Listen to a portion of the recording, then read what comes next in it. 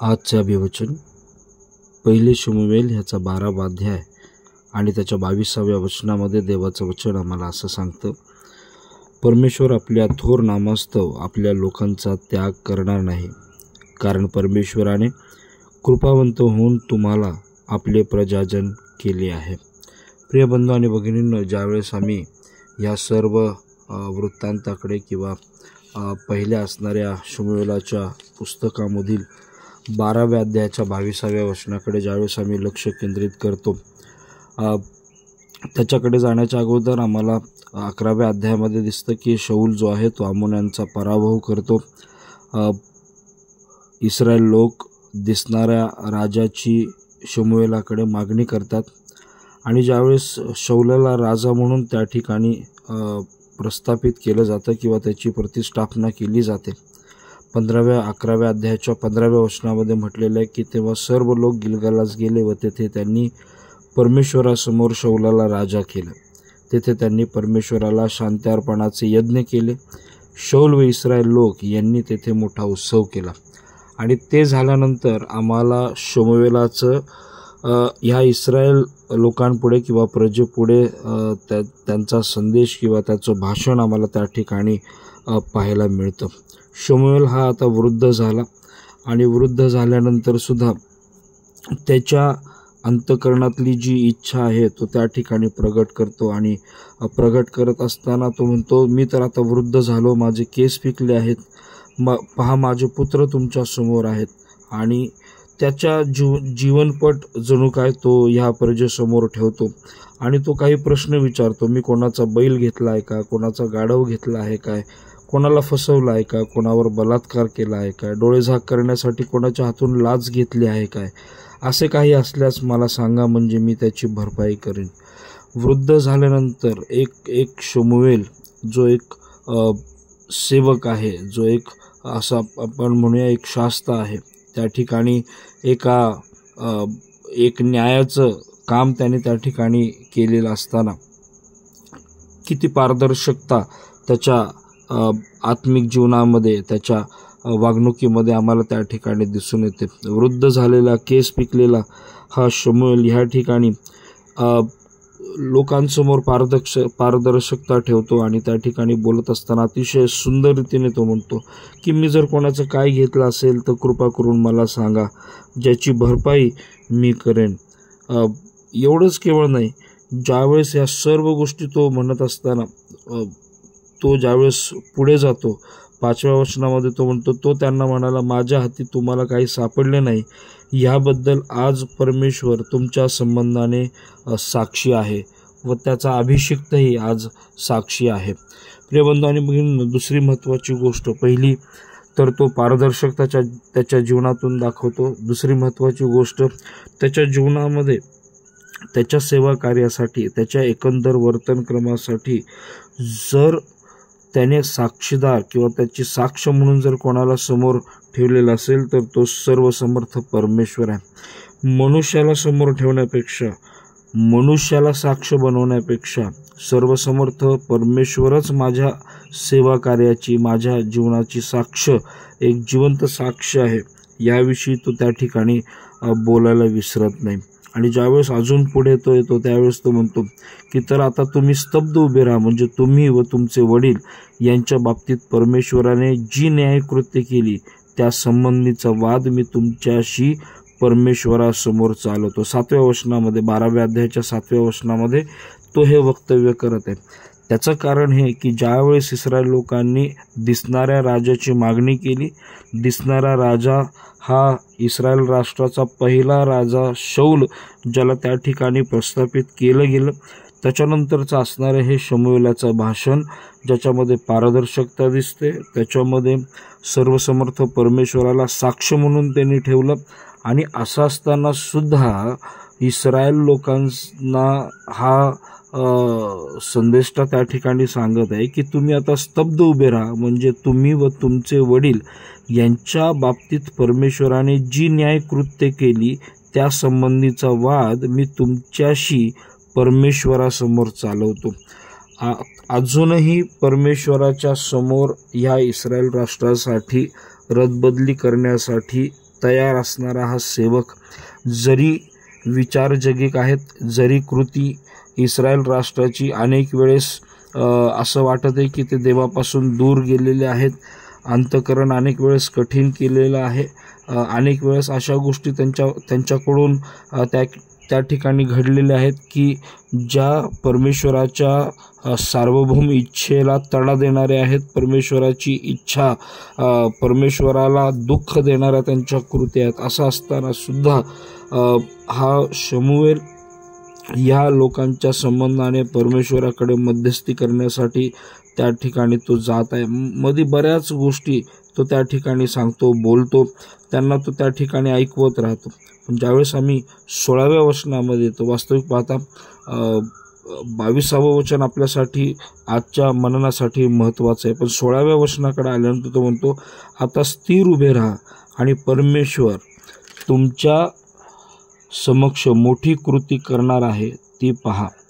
प्रिय बंधू आणि भगिनींनो, आमच्या जीवनामध्ये किती कठीणता असू द्या, ज्यावेळेस आम्ही परमेश्वराला आमचं समर्पण करतो, ज्यावेळेस आम्ही आमच्या सर्व गोष्टी परमेश्वराकडे देतो, ज्यावेळेस आम्ही स्वतःला एका सेवकाच्या शब्दांकडे, सेवकाच्या सेवेकडे ज्यावेळेस आम्ही स्वतःला समर्पित करतो, त्यावेळेस हे आम्ही लक्षात घेणं गरजेचं आहे. जो सेवक आमच्यासाठी परमेश्वराकडे मध्यस्थी करत आहे, जो सेवक आमच्यासाठी रदबदली करत आहे, त्या सेवकाच्या असणाऱ्या वक्तव्याकडे, त्या सेवकाच्या असणाऱ्या मार्गदर्शनाकडे आम्हाला लक्ष केंद्रित करणं गरजेचं आहे. शमूएल या इस्रायल लोकांना म्हणतो, ह्या प्रजेला म्हणतो, आता स्थिर उभे राहा आणि परमेश्वर तुमच्या समक्ष मोठी कृती करणार आहे ती पहा.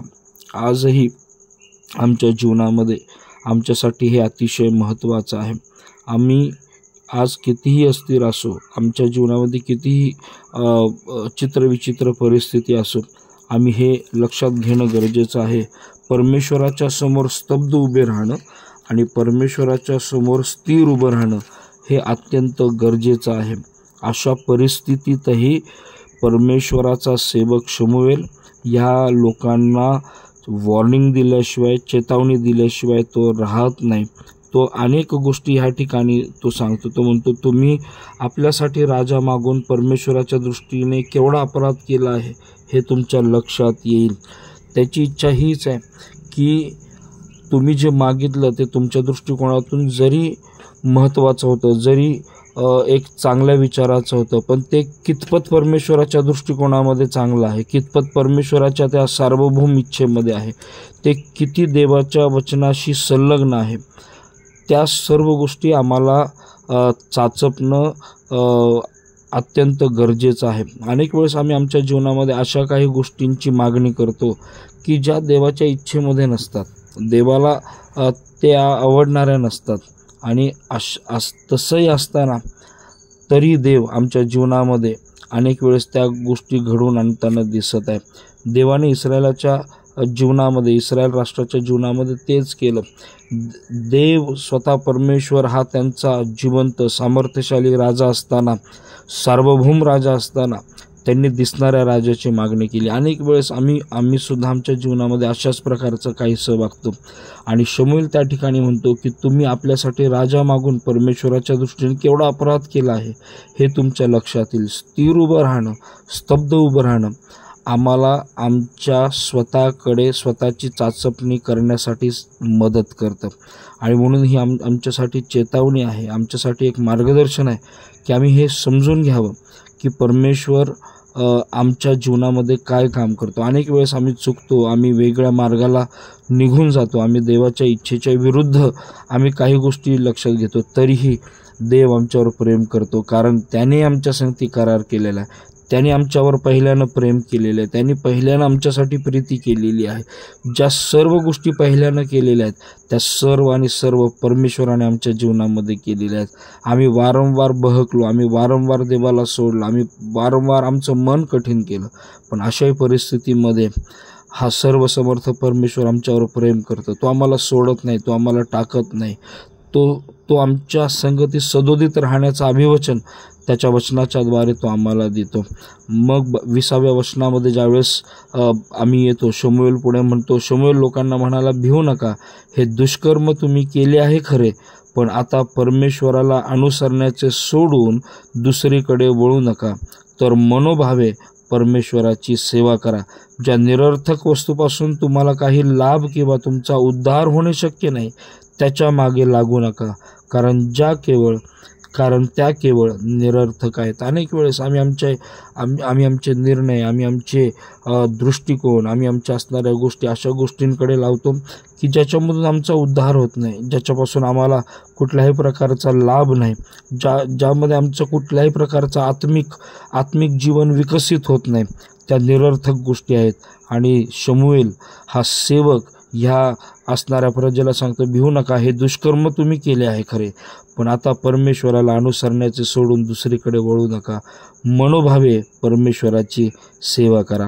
22व्या वचनामध्ये हाच सेवक म्हणतो, परमेश्वर आपल्या थोर नावास्तव आपल्या लोकांचा त्याग करणार नाही, कारण परमेश्वराने कृपावंत होऊन तुम्हाला आपले प्रजाजन केले आहे. प्रिय बंधू आणि भगिनींनो, आम्ही हे लक्षात घेणं गरजेचं आहे की देवानं आमच्या जीवनामध्ये आजही महत्कृत्य केलेली आहेत.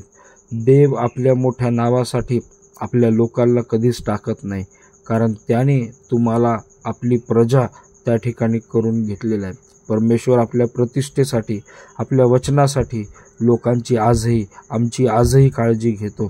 याचा अर्थ असा की जरी आम्ही अपूर्ण असलो, जरी आमच्यामध्ये कठीणता असेल, जरी आमचं जीवन अपूर्ण असेल, जरी आमचं जीवन त्या चुकांमध्ये बरबटलेलं असेल, पापामध्ये बरबटलेलं असेल, तरी देव आम्हाला मदत करण्याचं सोडत नाही, देव आमच्यावर प्रेम करण्याचं सोडत नाही. कारण जरी आम्ही अविश्वासू राहिलो तरी तो त्याच्या कराराशी, त्याच्या कृत्यांशी, त्याच्या विचारांशी, त्याच्या दृष्टांताशी देव विश्वासू आहे. देव कधीही त्याच्या गोष्टी बदलत नाही. देव कुठल्याही परिस्थितीमध्ये त्याच्या असणाऱ्या सिस्टमला त्या ठिकाणी तो खंड पडू देत नाही. देव आजही आमच्याशी विश्वासू आहे. तो आजही आमच्या जीवनामध्ये कार्य करत आहे आणि म्हणून तो आम्हाला कधीच टाकणार नाही. परमेश्वर त्याच्या निवडलेल्या लोकांना कधीच विसरत नाही. आपली अवस्था काही असो, तो केवळ आपल्याबरोबर राहतो, तो आपल्याबरोबरच राहतो. आपली निष्ठा जरी डळमळीत असली तरी त्याची कृपा आमच्यावर सदैव स्थिर राहते. ती कधीच त्या ठिकाणी आम्हाला अस्थिर करत नाही, कारण त्याने तुम्हाला आपले लोक करण्याची इच्छा ठेवलेली आहे. परमेश्वराने आम्हाला निवडलं आहे, यामध्ये त्याची कृपा आम्हाला दिसून येत आहे. आणि म्हणून परमेश्वर आम्हाला निवडतो हे त्याच्या कृपेनं निवडतो. आमच्या कर्तृत्वावर, आमच्या चांगुलपणावर त्याची निवड नाही, कृपेने तो आम्हाला निवडतो. आणि म्हणून आम्हाला कुठल्याही प्रकारचा अभिमान नसावा, कुठल्याही प्रकारचा गर्व नसावा, कुठल्याही प्रकारचा अहंकार आमच्या जीवनामध्ये नसावा, तर आमच्या जीवनामध्ये नम्रता असावी, कारण त्याने आम्हाला त्याची प्रजा केलेलं आहे. अनेक वेळेस आम्हाला वाटतं की आमच्याकडे जे काय ते आमच्या मनगटाच्या जोरावर आम्ही मिळवलेलं आहे, आमचं जीवन चांगलं होत आहे, याचा अर्थ आता आम्हाला कुठल्याही गोष्टीची कमतरता आता नाही पडू देणार. पण हे लक्षात घेणं गरजेचं आहे, देवाची साथ आपल्या संगती आहे म्हणून सर्व काय आमच्या जीवनामध्ये आहे, कारण तो त्याचा करार आहे, आपण त्याचे आहोत, ही आपली ओळख आहे. आणि त्यातच आम्ही आमचा विश्वास वृद्धिंगत करणं गरजेचं आहे. आमच्या संकटात, आमच्या चुकीत, आमच्या अपराधातही तो आम्हाला कधीच दूर लोटत नाही, कारण त्याने आपल्यावर आपले नाव लावलं आहे. तो आमच्या संगती आहे म्हणून आम्ही कधीच डळमळू शकत नाही. आणि म्हणून आम्ही सदैव स्तब्ध राहणं, स्थिर उभं राहणं, पारदर्शक राहणं आणि एवढंच केवळ नाही, परमेश्वराला आपल्या कृत्यांची, आपल्या सर्व गोष्टींचं साक्षीदार म्हणून त्या ठिकाणी उभं करणं हे अत्यंत गरजेचं आहे. देवबाप तुम्हा सर्वांना, आपल्या सर्वांना आशीर्वादित करू. प्रार्थना करू. देवबापा, आम्ही तुझ्या मनापासून आभार मानतो ह्यासाठी की खरोखर प्रभू तू आमच्या जीवनामध्ये महत्कृत्य करणारा देव आहेत. आम्ही चुकतो, आम्ही दूर जातो, पण प्रभू तुझ्या करारामध्ये, तुझ्या असणाऱ्या विश्वासामध्ये देवबापा तू आम्हाला कधीच सोडलेलं नाहीस, कधीच त्यागलेलं नाहीस. आजही तू आमच्यावर तितक्याच प्रखरतेनं प्रेम करतोस, कारण देवबापा तू आम्हाला निवडून घेतलेला आहेस. आम्ही तुझी प्रजा आहोत, आम्ही तुझा कळप आहोत. प्रभू तू आम्हाला कधीच सोडलेलं नाहीस. आणि म्हणून सहाय्य कर दे बापा, ह्या धकाधकीच्या जीवनामध्ये ज्या ठिकाणी दे बापा कॉम्पिटिशन लेवल हाय आहे, ज्या ठिकाणी आम्ही एकमेकांना खाली खेचण्याचा प्रयत्न करत आहोत, अशा परिस्थितीमध्ये आम्हाला स्थिरतेचा, समंजसपणाचा आत्मा तू दे. तुझ्या गौरवासाठी प्रत्येक गोष्ट करण्यासाठी तुझी कृपा तू दे. आजचा दिवस, आमचं प्रत्येक कार्य आम्ही तुला समर्पित करतो. प्रार्थना येशूच्या द्वारे केली म्हणून तू ऐक. आमेन.